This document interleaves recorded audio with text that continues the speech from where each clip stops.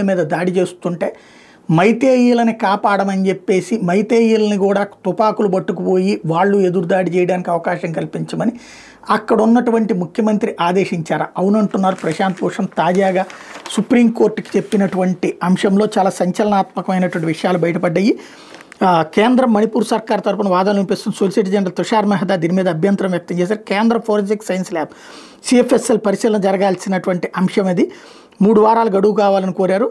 వాస్తవంగా ఏంటంటే truth lab వాళ్ళు ఇచ్చారంటూ ఒక ఆడియోని సబ్మిట్ చేశారు. దాని ప్రకారం ఏంటంటే అందులో మైతేయి వాళ్ళని తుపాకులను దోచుకొనియండి, వాళ్ళు కుకీల సంగతి చూసుకుంటారు, మీరు పక్కకి తప్పుకోండి అని చెప్పినటువంటి బయట అది ముఖ్యమంత్రి మాట్లాడాడు అన్నటువంటి దాన్ని ధృవీకరించడం కోసం అని చెప్పేసి ట్రూత్ ల్యాబ్ అనే ఒక ప్రైవేట్ ల్యాబ్కి అప్పచెప్తే ఆ ల్యాబ్ వాళ్ళు 93% అక్కడ సూట్ అయ్యింది అన్నటువంటి విషయాన్ని చెప్పినటువంటి నేపథ్యంలో ఇది టెక్నికల్గా అయితే కనుక ప్రైవేట్ సంస్థది వర్తించదు, కేంద్ర సంస్థది లేకపోతే ప్రభుత్వ సంస్థది వర్తిస్తుంది.